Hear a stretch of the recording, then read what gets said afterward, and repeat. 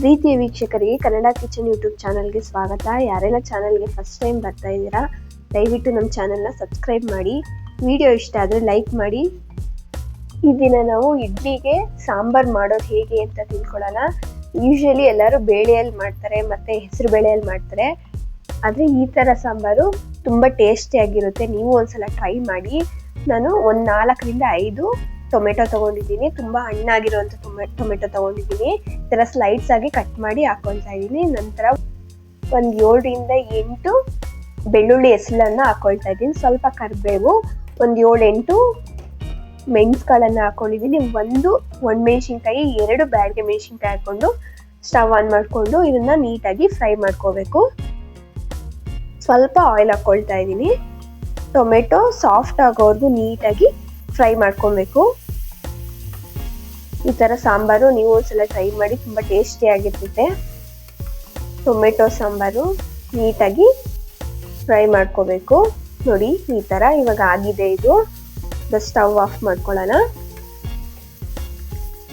ನಂತರ ಒಂದು ಮಿಕ್ಸಿ ಜಾರ್ಗೆ ತುರಿದಿಟ್ಕೊಂಡಿರೋ ಕಾಯಿ ತುರಿ,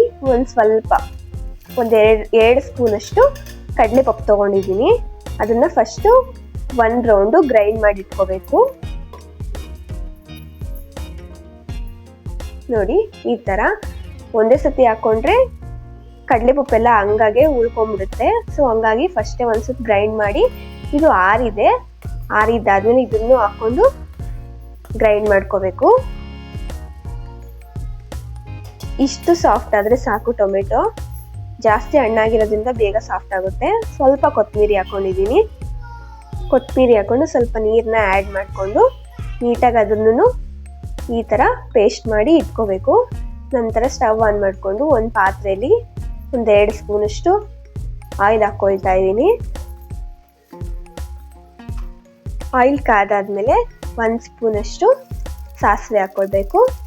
ಸಾಸಿವೆ ಸಿಡ್ದಾದ್ಮೇಲೆ ಒಗ್ಗರಣೆಗೆ ಒಂದು ಅರ್ಧ ಈರುಳ್ಳಿ, ಸ್ವಲ್ಪ ಕರಿಬೇವನ್ನ ಹಾಕ್ಕೊಳ್ತಾ ಇದ್ದೀನಿ.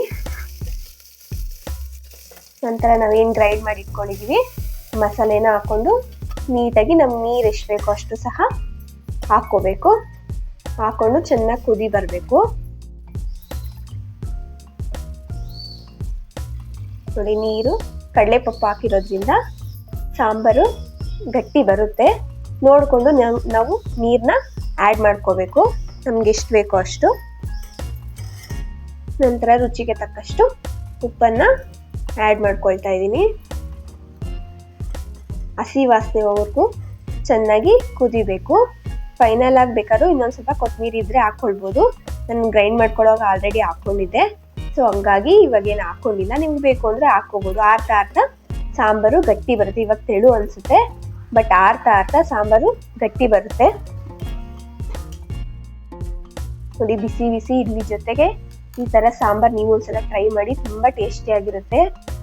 ಇಡ್ಲಿ ಸಾಫ್ಟಾಗಿ ಬರಬೇಕು ಅಂದರೆ ಈಗಾಗಲೇ ನಮ್ಮ ಚಾನಲ್ನಲ್ಲಿ ಆ ವಿಡಿಯೋನ ಅಪ್ಲೋಡ್ ಮಾಡಿದ್ದೀನಿ. ಬೇಕು ಅಂದರೆ ಲಿಂಕ್ನ ಓಪನ್ ಮಾಡಿ ನೋಡಿ. ನೀವು ಒಂದ್ಸಲ ಈ ಥರ ಸಾಂಬಾರನ್ನ ಟ್ರೈ ಮಾಡಿ, ಹೇಗಿದೆ ಅನ್ನೋದನ್ನ ಕಮೆಂಟ್ ಮಾಡಿ. ಮತ್ತು ಈ ವಿಡಿಯೋನ ಆದಷ್ಟು ಹೆಚ್ಚು ಜನರಿಗೆ ಶೇರ್ ಮಾಡಿ. ವಿಡಿಯೋ ಕೊನೆಯವರೆಗೂ ನೋಡಿದ್ದಕ್ಕೆ ಧನ್ಯವಾದಗಳು.